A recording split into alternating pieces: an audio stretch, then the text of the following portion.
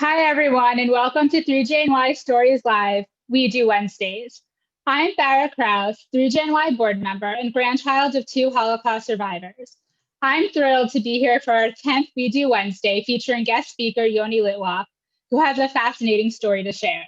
Before we begin, I'd like to acknowledge that this past Monday was the 82nd anniversary of Kristallnacht, a pivotal moment that openly allowed government-sanctioned anti-Semitism that led to genocide. Today is Veterans Day. On behalf of 3GNY's leadership, I'd like to thank all the veterans in our audience and acknowledge the gratitude we have as grandchildren of survivors to all of you, and especially those veterans who liberated our families. The magnitude of their heroism and bravery is not lost on us. 3GNY is an educational nonprofit for grandchildren of survivors and our supporters. As a living link, we preserve the legacies and the lessons of the Holocaust. Our mission is to educate diverse communities about the perils of intolerance and to provide a supportive forum for the descendants of survivors. Founded in 2005 with a group of 6, 3GNY's membership now exceeds 3,000. Over these past 15 years, we've held diverse in-person programs of all sizes around the New York area. 3G New York has also played a leading role in launching other 3G groups, including 3GDC and 3GNJ. We're in conversations with others around the country to help launch more groups. Our WEDU Wednesday program showcases 3GNY's flagship educational program, WEDU, which is short for We Educate. This initiative empowers grandchildren of survivors to learn and compellingly share their families' Holocaust experiences in school classrooms and with community groups. We've all seen the heartbreaking studies stating the lack of Holocaust knowledge amongst recent high school and college graduates. The good news is those students who do receive Holocaust education are more tolerant and comfortable with people of different races and backgrounds. They're more willing to challenge incorrect or biased information, and they're more likely to be upstanders. This is why WEDU is so critical today. It's a 4-week training program to teach grandchildren of survivors to learn and compellingly share the family testimony in school classrooms. 3GNY has trained over 250 speakers in New York, New Jersey, Washington, D.C., and most recently around the country on Zoom since the pandemic hit. Through our grandparents' testimony, we talk about the importance of stepping in early and often, where small injustices are found, on the playground, in the classroom, and on the street, because it's the easiest and most efficient way to act. By the time an event like Kristallnacht happens, it's too late. We've reached over 25,000 young minds, and we know we need to do more. Our speakers have received over 1,000 thank you notes from students. I've been speaking in school classrooms for 10 years. The most heartwarming notes from students explain that they plan to share my Bubby Eva story with others, that they will strive to stand up to hate and bigotry, and most importantly, that they plan to learn more about the Holocaust. Hope is not lost, and we need to keep doing the work. You can help us accomplish this through a financial gift of any amount. This will go directly toward training more speakers, thus reaching even more students. We do not solicit donations from schools, teachers, or students, and we provide our programming to schools completely free. We aim to keep the cost of training to 3Gs as low as possible. There's a link with ways to donate in the chat, and we hope you'll consider making a gift. Thank you for helping us honor the memories of our grandparents and ensuring that never again is more than just an empty phrase. I'm so excited to have Yoni Litwok here tonight. He went through the WEDU training program on Zoom recently and is eager to share his family story with all of you. Fun fact, Yoni and I both graduated from Marlboro High School in 2003. This is the first time he'll be sharing his story since completing WEDU. I'd now like to introduce Elise Wolf, 3GNJ leader, WEDU participant, and past WEDU Wednesday speaker. Thank you, Farah, and thank you to the board of 3GNJ for continuing to embrace the board of 3GNY for continuing to embrace 3GNJ as we further our shared mission of keeping our grandparents' memories and stories of survival alive. Both of my grandparents on my mother's side survived the Holocaust, and I am one of the co-founders of 3GNJ. I am also an appointed commissioner to the New Jersey State Commission on Holocaust and Genocide Education. In that role, I have started to promote the WEDU program and its speakers to enhance the curriculum offered by the Commission to meet the New Jersey mandate to teach the Holocaust at every grade level. I am a proud graduate of the first WEDU program in New Jersey and was a WEDU Wednesday speaker several weeks ago. I found the experience to be incredible, knowing that my grandmother's memory is living on as I share her story with all of those in attendance. I am so proud of my fellow 3Gs for continually coming together and finding ways to make sure that we never forget. We're all excited to hear Yoni's story, the quest for a hidden Torah. I'm proud to introduce him tonight and to share the New Jersey connection with both him and Farah. Yoni was born in Israel and raised in Marlborough, New Jersey. He graduated from Brandeis University as an economics major, and after a brief Wall Street career, switched paths and attended Rutgers, New Jersey Medical School. Yoni is currently completing his cardiology fellowship at Northwell Health in Long Island, New York. Yoni, take it away.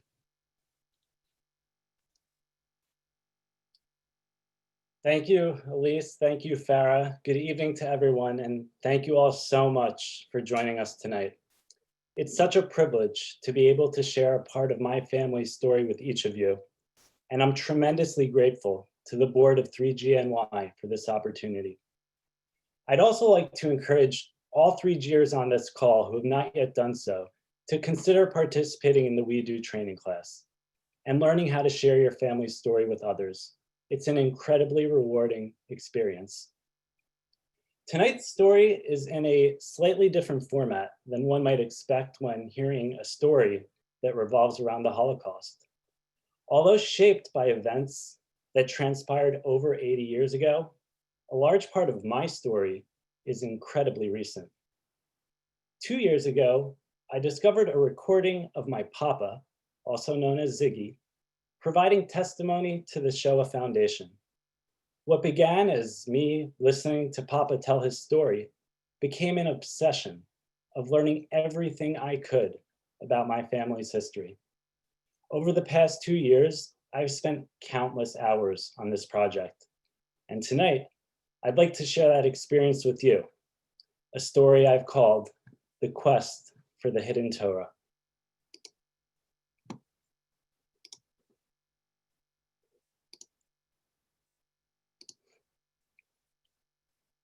As a member of the third generation, when I hear the word Holocaust, the first thing I think of are my grandparents, Papa and Nana, Ziggy and Yoni Litwok. They were survivors. The lessons I learned and my understanding of the Holocaust was through their stories. I feel lucky in that my Papa and Nana shared their story often. They spoke at local colleges, high schools, community gatherings, and days of remembrance. I learned about their childhood, their hometowns, as well as traditions and rituals, especially during Jewish holidays. I sensed that they came from warm, loving homes. There was always one particular story that my papa told me that captivated me, but one that I completely forgot, one that was lost upon Papa's sudden death in January of 2002. When Papa was just a teenager, the Nazis invaded Poland. As the invasion progressed, they made it to Papa's hometown in southern Poland, just southwest of Krakow, a town called Jijitsa. A local non-Jewish resident overheard that the Nazis were planning on burning down the synagogue on the days in between Rosh Hashanah and Yom Kippur. He made my Papa and a few others aware. So in the middle of the night, Papa and a few other men snuck out after curfew and went to the synagogue. They took the Torah scrolls from the Ark and carried them to the local Jewish cemetery. There they buried the Torah scrolls. At the time, believing that the Nazis would eventually leave and they'd be able to go back and retrieve them. Little did they know how tragic a future lay ahead of them. Papa always said he wanted to go back and find the Torah. He said he knew exactly where it was hidden, although he never shared more specifics. But he was never able to make it back. I imagine the traumatizing memories of his hometown made the thought of return painful and difficult. In fact, I even learned about the last moments Papa spent in his hometown. A few weeks after the Nazi invasion, all the Jews were told they could no longer live in their homes. They were sent by a train to a town 30 minutes away. There, they were forced to live together in a small apartment building near the train station. This was considered the Jewish ghetto. Each apartment was designed for one small family, but was occupied by 4 or 5, and within a few days, they had run out of supplies. Papa decided he was going to go back to his hometown to gather food and materials. This was early in the war, before the Jews were under 24-hour watch by armed Nazis. All Jews were required, however, to wear an armband with a Jewish star on it, similar to the one seen in this photo. One morning, Papa removed the armband and illegally took the train back to Jijitsa. If he'd been caught, he likely would have been executed.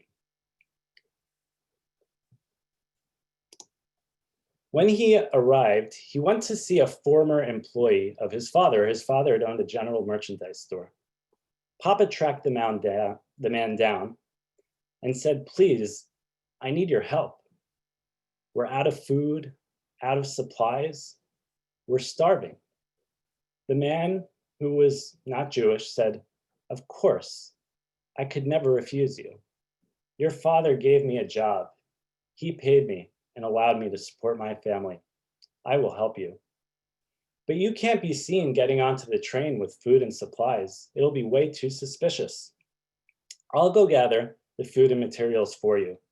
You get on the last train leaving town this evening. Once you're on that train, I'll get on as well. Leave the items alongside you and get off." Papa thanked the man for his generosity and later that day headed to the train station. As he was just about to board that last train, Papa heard someone call his name. He turned around, and there stood 3 of his high school classmates. They said, "Hey, wait a minute. We know who you are. You're a Jew. We'll let you leave this time, but if we ever see you in this town, ever again, we will kill you." Those were some of the last words Papa ever heard in his hometown. He boarded the train. His father's employee got on, left the items alongside him, said, "If there's anything else I can do for you, please let me know." With that, Papa returned to the Jewish ghetto and never saw his hometown ever again. The Torah scrolls remained hidden in the cemetery, and over time, the story of the Hidden Torah was completely forgotten.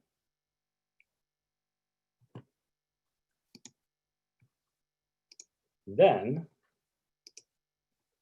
about 80 years later, a series of improbable events occurred.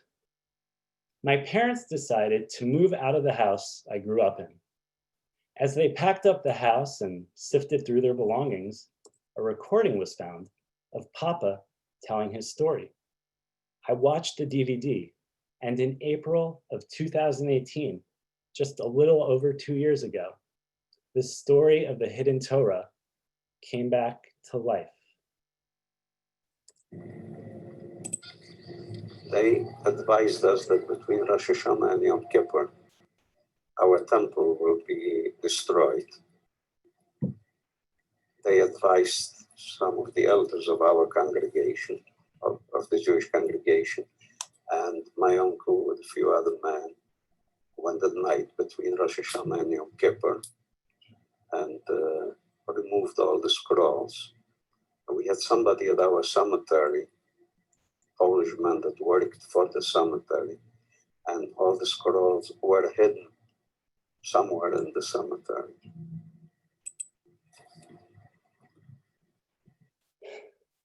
I was struck by a thought.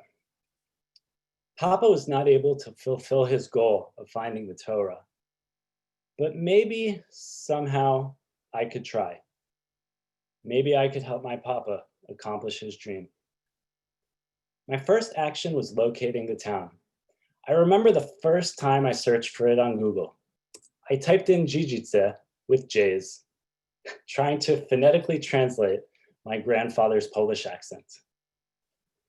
I quickly learned that the proper spelling of the town is with a D and a Z, and that today it's actually a city. It's a merger of two former townships, and it's known as, I practiced this, Dziedzice, Jijitsa. I then searched for Jewish cemetery, Dziedzice, and lo and behold, within a few clicks, I found a link to a YouTube video. In 2008, 10 years earlier, someone had filmed the remains of what was once the Jewish cemetery of Jijitsa and uploaded it to YouTube. As we watch this clip together, you're sharing with me the first glimpse I ever had of the cemetery. As you can see, the cemetery is in horrible condition, completely overrun by shrubbery, trees, and bushes, and full of litter. Many of the tombstones are barely visible, but you'll see that when the camera focuses in on them, they're also severely damaged. When the camera focuses in on them, you can read the names of the deceased, and they're written both in Polish and in Hebrew.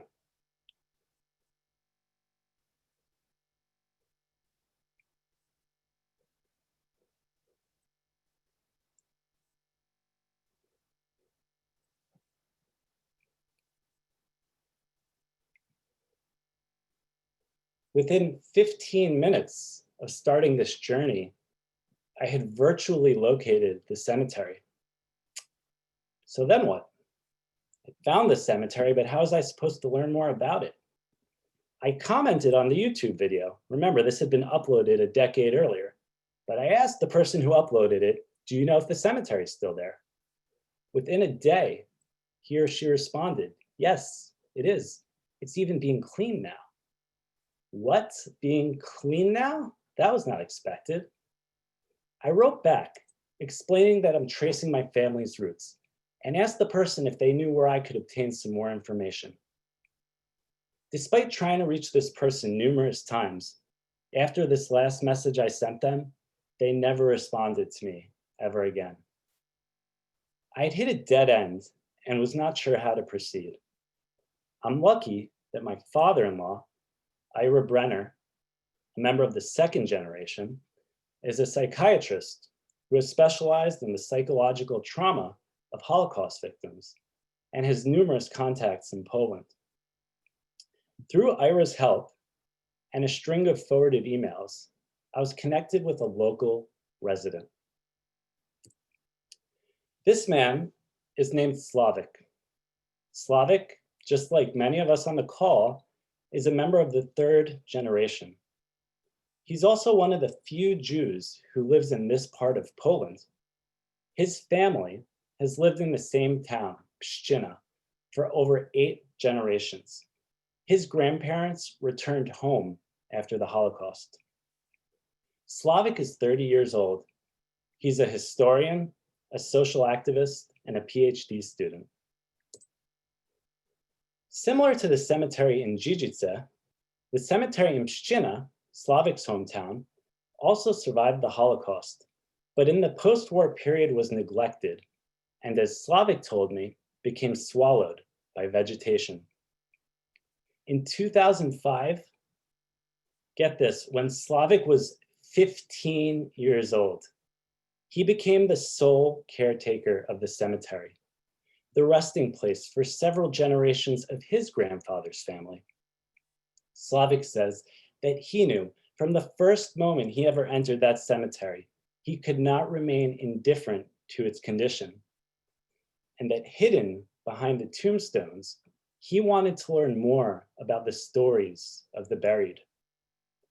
Over the next 14 years, culminating just last year in 2019, Slavik was able to identify all 300 tombstones in the cemetery and completely restore it. He did all the work in his spare time, and he funded the costs of restoration out of his own pocket. Today, or at least pre-COVID, he provides tours of the cemetery throughout the year. Slavik says that working in the cemetery is not just to clean and renovate it, but rather to restore awareness of the existence of this important place on the Pshtina map, to restore the memory of every person buried there, as well as a large Jewish community that once called Pshtina home. It just so happens that at the same time as I was starting to explore the story of Papa's buried Torah, unbeknownst to me, across the globe in Poland, a young man named Slavik was organizing an effort to go clean up another cemetery, one that also had been neglected for decades, my Papa's cemetery in Jijitsa. Somehow, in what can be considered some sort of miracle, as I was dreaming of the opportunity to find the lost Torah, the one particular cemetery I was interested in, amongst over 1,000 Jewish cemeteries in Poland, was being restored. In August of 2018, just 4 months after I embarked on my quest, Slavik and a group of non-Jewish local volunteers spent a couple afternoons together cleaning up the cemetery in Dziedzice. Unbelievable. My initial communications with Slavik were via formal emails, but we quickly became friends and shifted to texting each other on Facebook and WhatsApp. Slavik started keeping me up to date on news regarding the cemetery. He'd also started writing a book about the cemetery and the Jews of Jijitsa. I shared with Slavik what I knew about my ancestors who had lived there, as well as some notes I had from an Israeli relative who had visited the town years earlier. Slavik, on his own, found all kinds of records from the archives. He found the addresses where my family lived, their occupations, dates of weddings, dates children were born. There's my Papa listed there, born in 1922. Slavik even found receipts from sales of goods that my family had made. Together, I was learning more about my ancestors, and Slavik was learning more about the Jews of Jijitsa. I started to create a family tree. Relatives who I didn't even know existed were suddenly coming to life. I started to feel that by embarking on this project, I was restoring the lives and memories of family members that were lost and forgotten. I learned about Edja, Papa's little sister. Papa's the teenage boy standing behind her. He was 6 years older than her. Shortly after the war started, they were separated from their parents, but they were with their aunt and uncle, who they were very close with, Aunt Berta and Uncle Herman. I learned that Uncle Herman was a watchmaker. As I learned more and dove into the history of my family, I realized I have to go to Poland. I need to see that cemetery and Jijitsa for myself.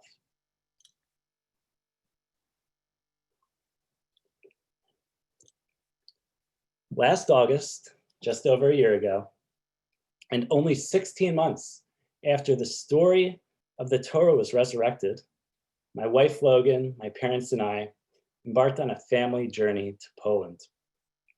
Our itinerary included seeing historical sites and concentration camps from the Holocaust. More specifically, however, within each city, our focus was which relatives had lived there and what we knew about them. We hoped to forge a personal connection with family members that lived or were killed in the locations we visited. We landed in Warsaw, and the following day went on a tour through the city. We visited the remnants of the wall that surrounded the Warsaw Ghetto. I'd written down what I'd learned about each relative that was murdered, And I wanted to share these words with my family as we stood in the locations where they were killed. As we stood in front of that wall, I took out my page of notes and started speaking about Adam, Nana's older brother, who was killed in the Warsaw Ghetto uprising. As I started reading about Adam's life, tears just started pouring down my face. It took me minutes to get through the paragraph I had written about him. I felt that by standing in a location where Adam had stood, where he had sacrificed his life for the sake of the Jewish people, I was honoring him. It was the first time I ever spoke to Adam, and the first time I felt a true connection with my great uncle. Adam was 8 years older than Nana.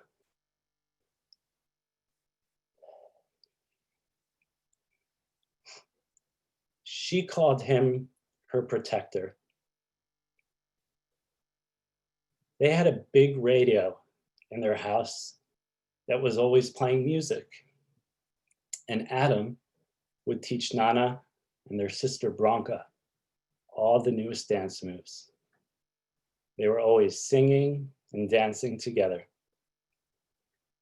Our next stop on the trip was Łódź. In Polish, it's called Łódź, but that was Nana's hometown. My Nana was alive at the time of this trip, but sadly, she's no longer with us. Nana always remembered, until her last day, her home address, Zamenhof 19. We had looked the street up prior to our trip and discovered it still exists. Nana described it as a building on the corner of the street that was 4 or 5 stories tall. Their apartment had been on the ground floor. She remembers that there was a large yard outside. We took a taxi to the address, Zamenhof 19. And there, on the corner, with a yard outside, stood a building 4 or 5 stories tall, exactly how Nana had described it. Seeing a physical structure in front of me, the building where my grandmother was born and raised, made me comprehend just how real the Holocaust is. Seeing physical items that were stolen from my family. These are not just stories or tales. They exist. They're still there today. For me, a part of the Holocaust was a lesson in history. But after seeing this building in front of me and seeing that wall that surrounded the Warsaw Ghetto, I realized it's not just history. It's existent. And you can see this stuff in every city in Poland. We spent the day exploring Łódź with a local guide. We passed through the location of where the Łódź ghetto stood. This is where my Nana watched as her mother, my great-grandmother, died of tuberculosis. As we walked through the Jewish cemetery in Łódź, we were shown a mass grave where those who had died in the ghetto were buried. My great-grandmother may very well be buried here. We recited a prayer for Holocaust victims, and I read the following about my great-grandmother, Chava. Nana remembers that her mother made traditional Jewish food, Friday night fish and chicken soup. For school, she would make Nana her favorite sandwich, 2 slices of bread with grated milk chocolate inside it, not an uncommon sandwich in Europe. And she would always peel an apple for my Nana in a circular fashion so that she could rewrap the apple in its skin and keep it fresh for her. From Łódź, we traveled south towards Krakow, stopping on the way at Auschwitz-Birkenau. Ahead on the right is building number 28, the quote-unquote infirmary. My mother's grandfather, my great-grandfather, Leo Dashinger, felt ill while he was at Auschwitz and went there for help. There he was killed by lethal injection. My Nana's father, my great-grandfather Israel, was murdered there in Auschwitz. While Nana was with her father in the Lodz ghetto, there was a period of time when he was taken by the Nazis and beaten to try and find out where he had hid his money and jewelry. Israel was held captive and tortured for 19 consecutive days. When he came back home, his body was charcoal gray, bruised from head to toe. Israel was not the same when he came back. He no longer spoke. He was broken. When Nana and her sister Bronco would come home at the end of a full day of work, they would try to put cold water compresses on his bruises. They would look for a little ointment to put on his wounds, but nothing helped. There was no doctor. When the three of them arrived at Auschwitz together, they were immediately separated. Nana always remembered him screaming the names of his daughters as he was pulled apart from them. She says they took one look at his beaten body and sent him straight to the gas chamber.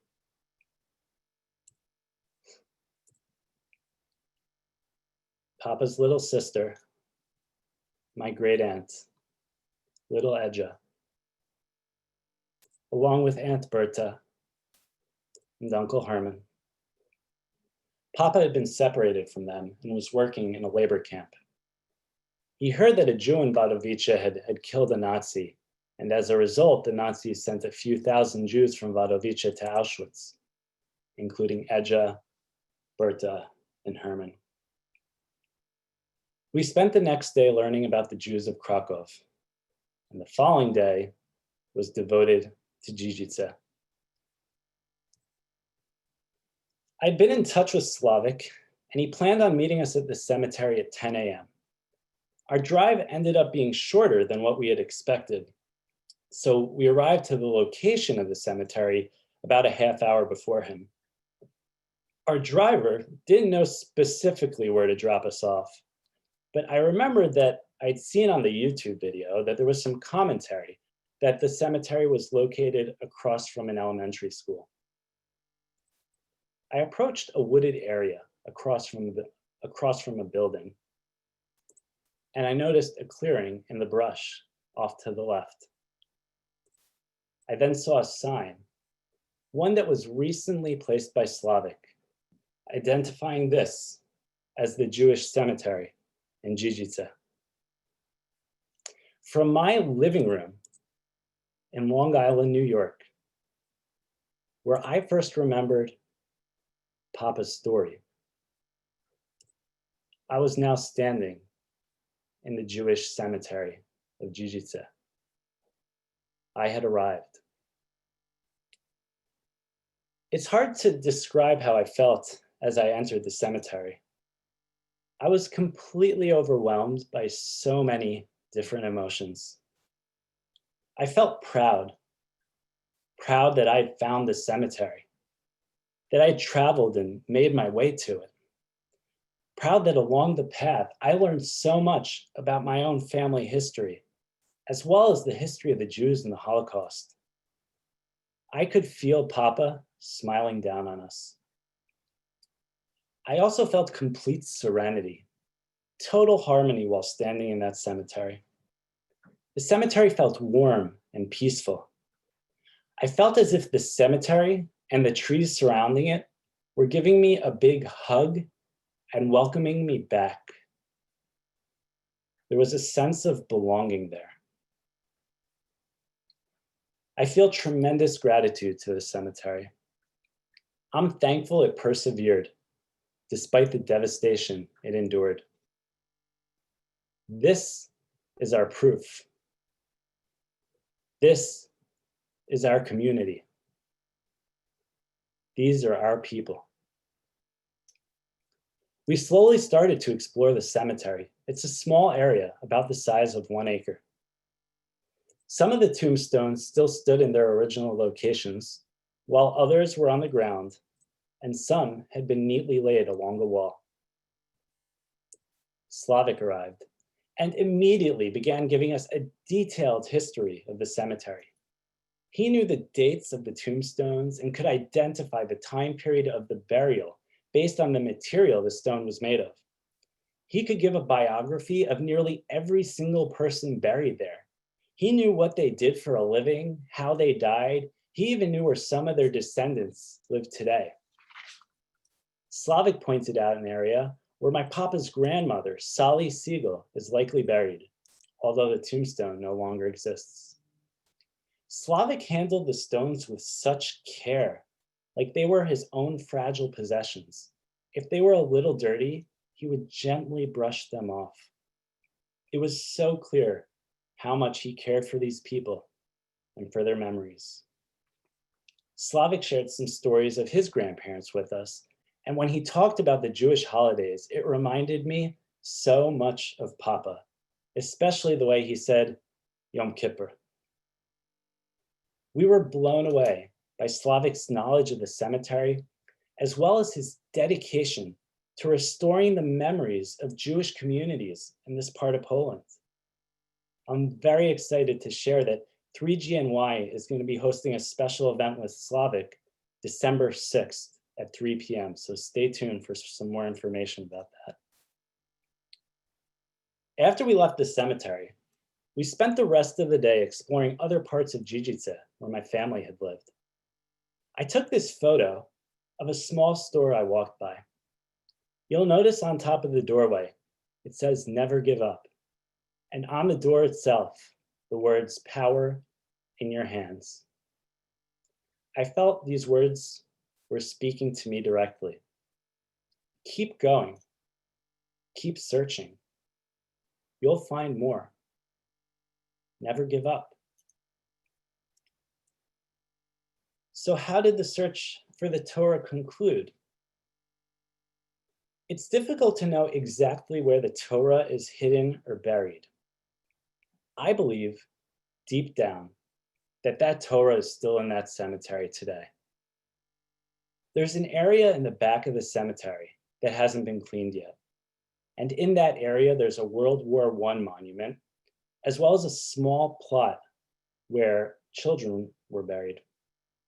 Additionally, you may notice at the front of the photo on the left, there's a pile of bricks. There existed a pre-burial house there that's no longer standing. I imagine they would have buried it in a location they could easily find and one that may have provided cover while they were digging. These are the locations I would start my search. But to actually start digging would be an enormous endeavor.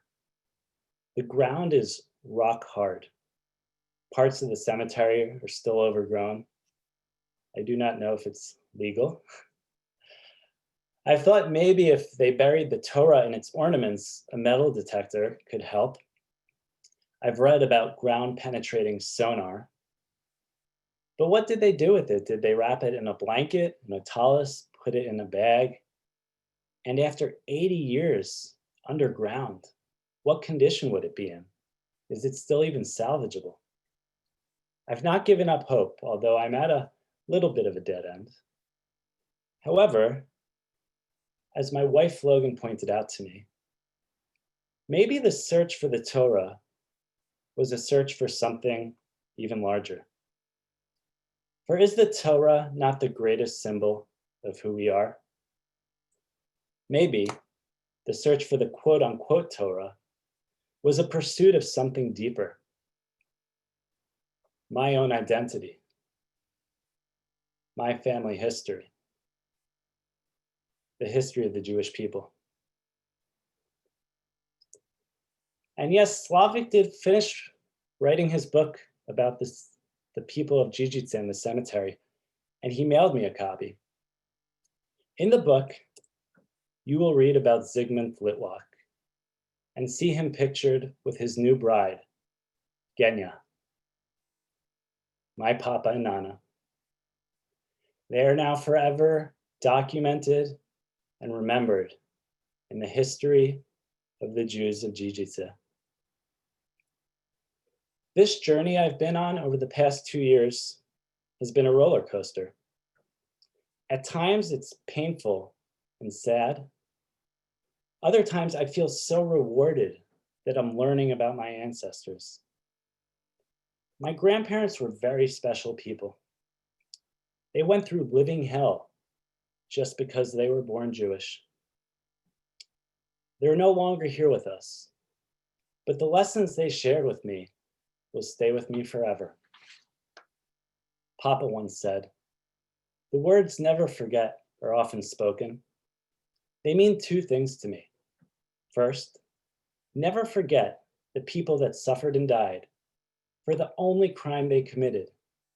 They were born Jews. And second, never forget means to me, never forget that it can happen again." Nana added, "My message to tomorrow's children is that we must not only remember how the Holocaust ended, but how it began. It is critical that you pay attention to what is going on in the world so that nothing like the Holocaust ever happens to anyone again, anywhere in the world." I found an article written by my Nana around the 50th anniversary of the end of World War II. She concluded, "We, the survivors, the witnesses, will talk about the Holocaust, teach it, and when we're not here anymore, our children and grandchildren will do it." Papa and Nana, I will try my best. Remember, Zachor, Gedank. Thank you all so much for listening to my story. Wow, Yoni, thank you for gifting us with your family story. We're now going to open it up for questions. Please type any questions into the Q&A and we'll do our best to get to it. Due to the high volume of questions that we typically receive, we may not be able to answer all questions. If your question's not addressed tonight, please email info@3gnewyork.org and we'll relay it to Yoni. Thank you for your understanding.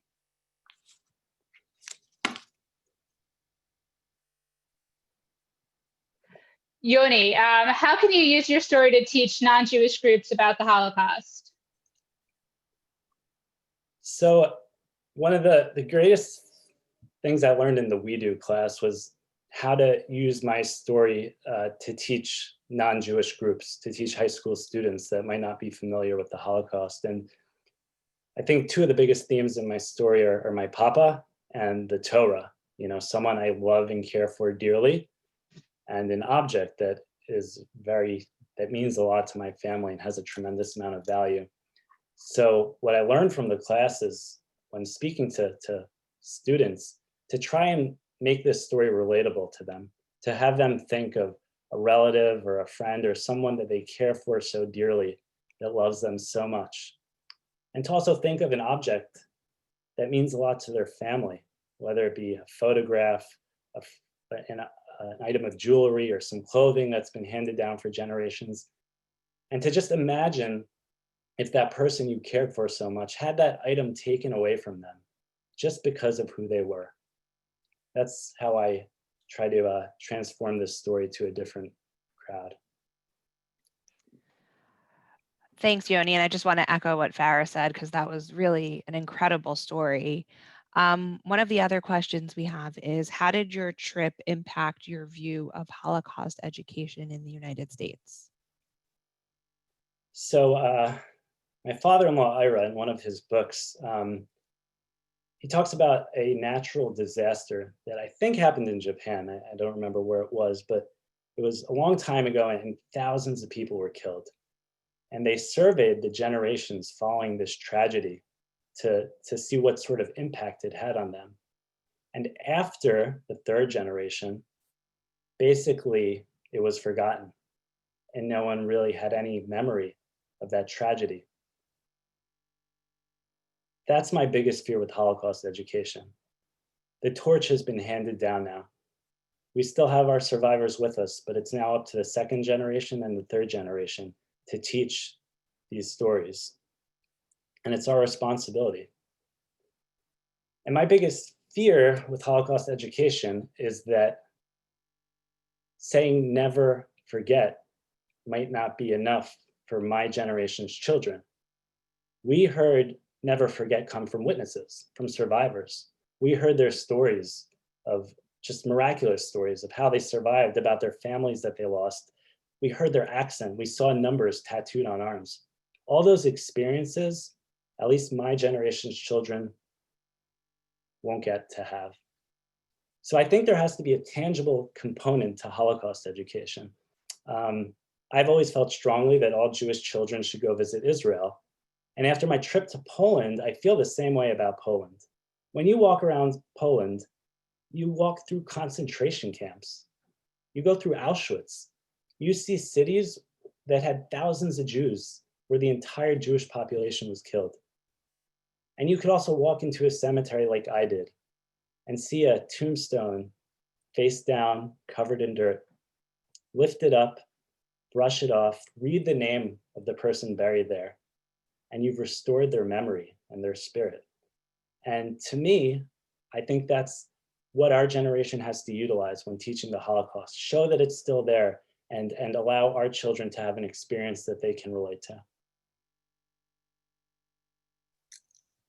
Thank you. This question is actually from another one of our WEDU participants. And Yoni, outside of your experience with Slavic at the cemetery, what were your impressions of Poland? And do you think Poland as a society regrets what happened to their Jewish citizens?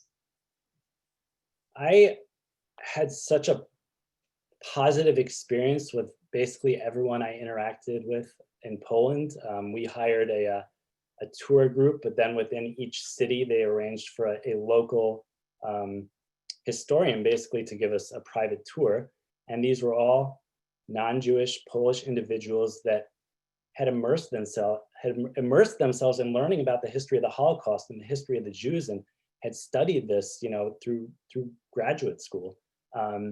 When we walked through Auschwitz, I'll never forget, there were thousands of people there, and very few were speaking English. Almost all of them were speaking Polish. And I really got the sense that many of them were trying to learn to see what happened. Everyone we met at these locations that we spoke to on our trip was incredibly respectful of who we are, of what our purpose for being in Poland was. And I think some of them also, felt that their country was a part of it, and they wanted to learn from it and learn from that experience. And it was really incredible to speak to these people and to hear what they had to say. And all their words were always comforting and encouraging. So this question comes from somebody who sounds to be like a 3G as well. Thanking you for sharing your family's incredible story. And she writes, I've done some research on my Bubby story, but am so overwhelmed by seemingly so many dead ends. Do you have any advice on how to overcome lack of details and specifics that came up during your research, especially as we lose our grandparents and other primary sources? Yeah, I completely agree. I mean, I'm lucky that I had a lot of material from my grandparents, but even within that, so many dead ends and just stories that you start kind of following and don't pan out. I Googled and I searched and I went to every Holocaust site possible. I went through my grandpa, sorry, I'm having a blank of where he was liberated from, but I looked at every photo that was taken from that camp. Thousands of them, just to see what I could find. My grandfather was in a labor camp called Gogolin. I basically made a timeline for my grandparents and put like all the different locations that they were at. And then each one of those locations, I searched the internet for everything I could possibly find about them. And there's this one small labor camp called Gogolin that my grandfather was in for a very short period of time. But in the Holocaust Museum, they have some photographs from there. And I found this picture and I could swear my grandpa is in it. So I sent it to all my family and I said, I want you to tell me if you think you see Papa, and if so, which person is he? I didn't want to lead them on to anything. And everyone thought it was the same person, without a doubt. So I think that some stories, there's just it's impossible to figure them out, but you do what you can. And for me, making a timeline and also creating a map, like I printed out a map of Europe and I drew the path my grandparents went on with the timeline just to have an idea of where they traveled. I found that to be helpful. Thank you. So we've received a lot of questions about Slavic. And so I'm just going to go with this one. Was he Jewish, and has his family lived in Poland since the Holocaust? Are they survivors as well? Yep, Slavic's Jewish. His grandparents survived the Holocaust, and they're of the very, very few that after liberation just went back home. I mean, they went back to the town they were from. His town has been in the same, his family has lived in the same town for 8 generations. Where did your grandparents go after liberation? And I know in the introduction we said you were born in Israel. Did they go to Israel before coming to the US? And how did your family end up here? So these are my paternal grandparents. They met in a displaced persons camp called Binder Michal. And actually one of their best friends may be on the call tonight, but I just want to say hello and I love you to Leon and Helena Kleiner. But they met at Camp Binder Michal and eventually made it to the States with some friends. My mother's side of the family, that's the Israeli side. So that's where me being an Israeli comes from. My dad made Aliyah. We lived in Israel and then moved back here. They met in a displaced persons camp and eventually made it over to New York after a couple of years. And just so you know, Susan Kleiner said yes, they're on. Awesome.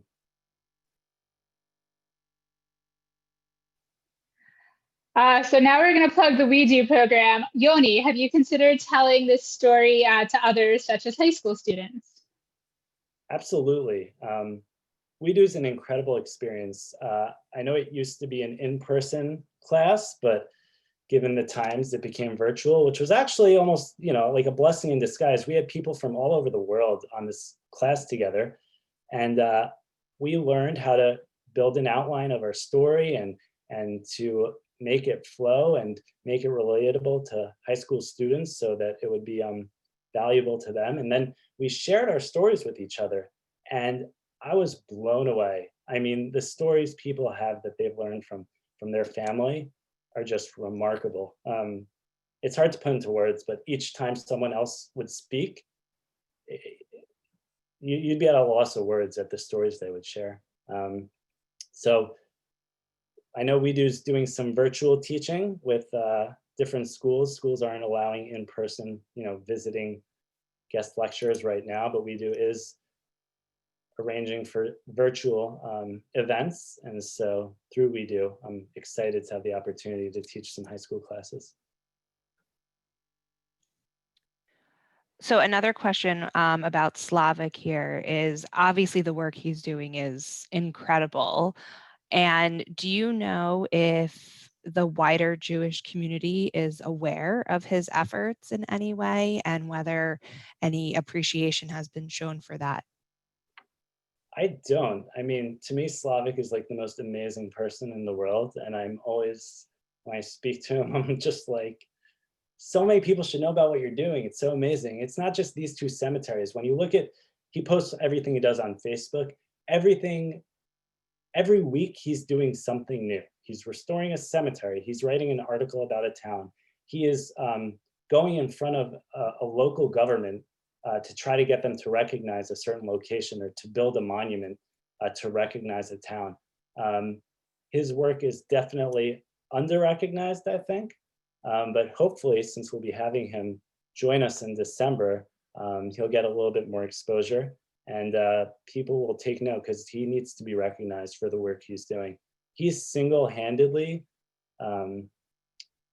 arranging for these communities to be remembered. And it's remarkable. So this question is actually from last week's WEDU Wednesday speaker's mother. Hi. And she wants to know if you know about any relevant memorial programs in Poland to remember those who were persecuted. I don't know anything in particular, other than Yom HaShoah. And I don't know if they have a particular date they do that, or if they do that. I'm not sure.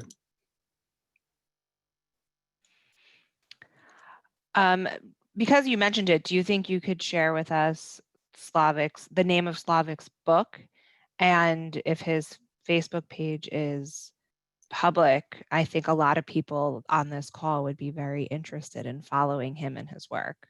Yes, that's a great idea. So I don't know if his Facebook page is public, but I'm going to type his name in the chat because it's hard to spell.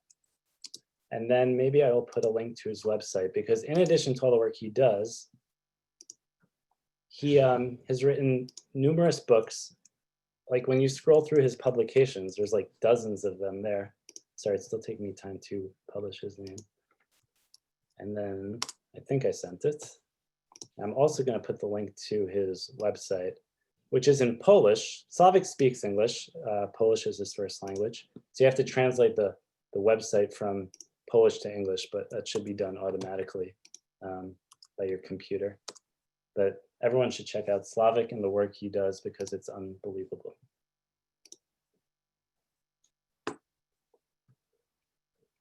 Did that come through the chat? It did. Thank you.